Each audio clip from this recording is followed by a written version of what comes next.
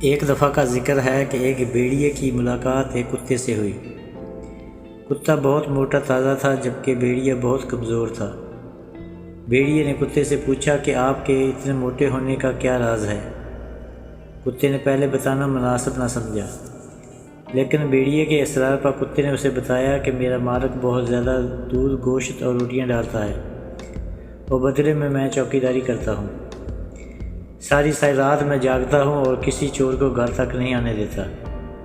ان کے سب مال و مویشیوں کی حفاظت کرتا ہوں۔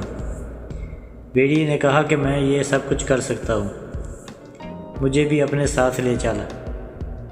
میں سارا دن گھومتا ہوں لیکن کھانے کے لیے کچھ نہیں ملتا۔ میں بھی موٹا ہونا چاہتا ہوں۔ بھیڑیا کتے کے ساتھ چل پڑا۔ راستے میں اچانک بھیڑیے کی نظر کتے کے گلے پر پڑی۔ بھیڑیا رک گیا۔ بھیڑیے نے کتے سے پوچھا کہ آپ کے گلے کے گرد یہ نشان کیسے ہیں؟ کتے نے بھیڑیے کو بتایا کہ میں درندہ صفت جانور ہوں۔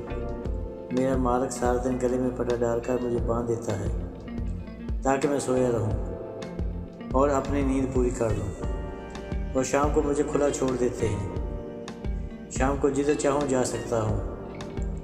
بھیڑیے نے جب یہ سب سنا تو اس نے کہا کہ مجھ سے یہ سب کچھ نہیں ہوتا، مجھے آزادی جیسی نعمت سے محروم نہیں ہونا، میرے لیے آزادی سب کچھ ہے۔